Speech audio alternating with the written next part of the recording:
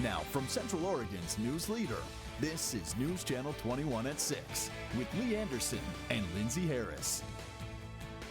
Good evening, and thanks for joining us. New tonight at 6, as President Trump settles into the White House, many of his cabinet nominees are getting approved by the Senate. KTVZ's Harley Coldiron tells us where Oregon senators stand on the nominees.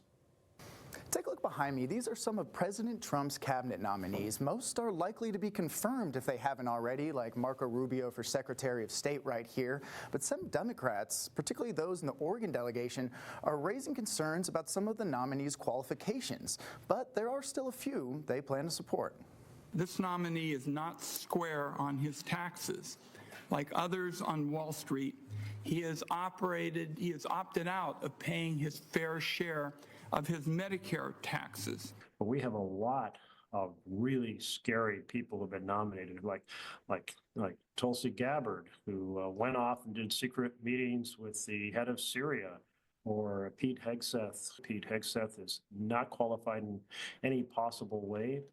That's Oregon's Democratic senators sounding off on several of President Trump's cabinet nominees. If there's a competent individual who will function kind of within the mainstream, that's something I can support. One of those nominees, according to Merkley, is former Senator Marco Rubio, who was unanimously voted in as Secretary of State.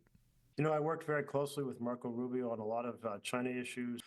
So we had a lot of common viewpoints, and he's certainly knowledgeable and capable. And I disagree with him on some other foreign policies, but I think that he was a competent individual for Trump to nominate. Another nominee Merkley plans to support, a familiar face here in the high desert, former Congressman Lori Chavez-DeRemer as Labor Secretary. You know, she had a lot of labor support when she ran for re-election. She was one of two Republicans who backed the PRO Act, which enhances the ability of workers to organize.